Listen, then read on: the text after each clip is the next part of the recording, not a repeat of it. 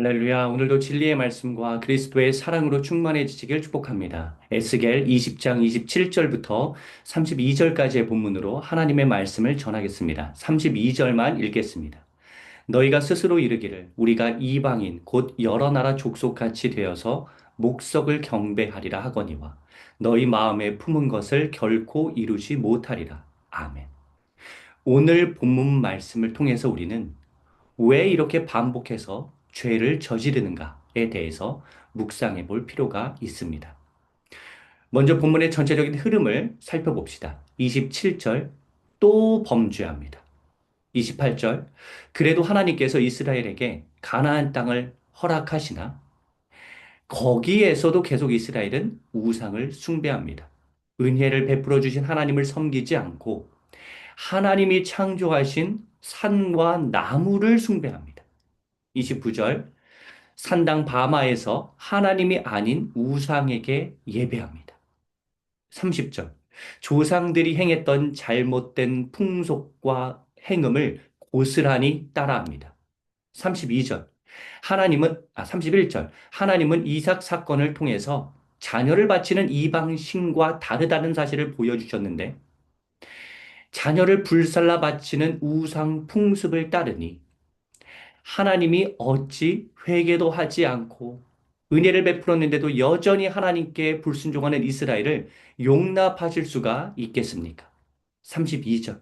이스라엘은 완전히 잘못된 관념에 사로잡혀 있습니다. 하나님을 섬기지 않고 이방인처럼 목석, 즉 우상에게 경배해도 우리는 잘 살 수 있다고 생각합니다. 하지만 하나님은 절대로 그렇게는 안 될 것이라고 말씀하십니다. 왜 이렇게 반복해서 죄를 저지르는 것일까요? 역설적이게도 그건 바로 하나님이 자비로운 분이기 때문입니다. 우리가 아무리 잘못을 저질러도 하나님은 용서해 주십니다.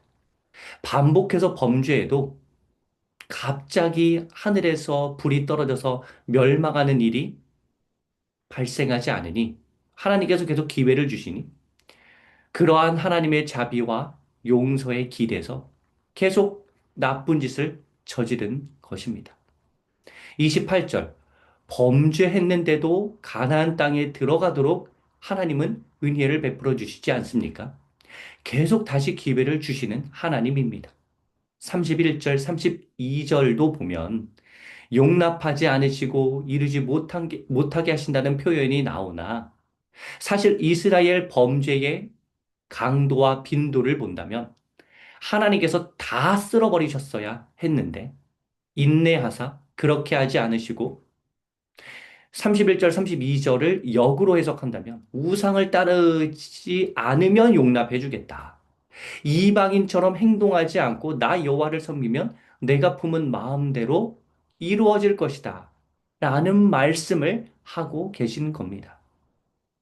사랑하는 성도 여러분, 사랑과 자비의 하나님께서 베풀어 주시는 용서를 이용해 먹지 마시고 점점 나아지는 신앙인으로 살아가시길 하나님께서는 원하십니다.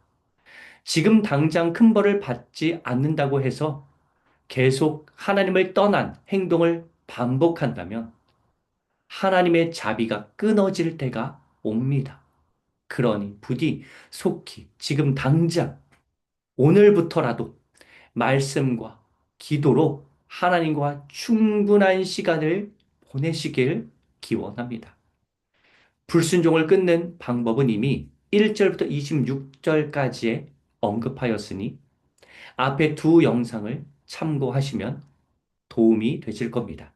1절부터 9절까지의 말씀에서는 진실과 말씀의 부재를 지적하였고 10절부터 26절까지의 말씀에서는 광야와 말씀과 안식의 중요성을 살펴보았으니 다시 한번 들어보셔도 도움을 얻으실 수 있습니다. 이렇게 생각하시는 분이 있을 수 있습니다. 나는 그렇게 큰 잘못을 저지르지 않고 열심히 살고 있다. 여러분, 그런데 우상 숭배가 무엇입니까? 자기 의에 도취되어 하나님의 의가 무엇인지 깊이 묵상하지 않으면 그것이 더 강력한 우상 숭배입니다. 도덕적으로 문제가 없다고 해서, 즉, 세상의 기준으로 봤을 때 문제가 없다고 해서 그 사람이 하나님을 섬기고 있는 것이 아닙니다. 항상 말씀을 깊이 있게 묵상하고 늘 하나님과 대화하는 기도를 하면서 그 시간을 충분히 가지면서 모든 선택과 행동을 하나님의 뜻대로 하는 사람이 하나님을 경외하고 경배하는 진정한 주님의 사람입니다. 하나님 자비의 때에 하나님께로 마음을 돌이켜서 아무리 바쁘고 귀찮더라도 하나님의 뜻을 구하는 말씀과 기도 생활을 충실히 하시길 간절히 소망합니다.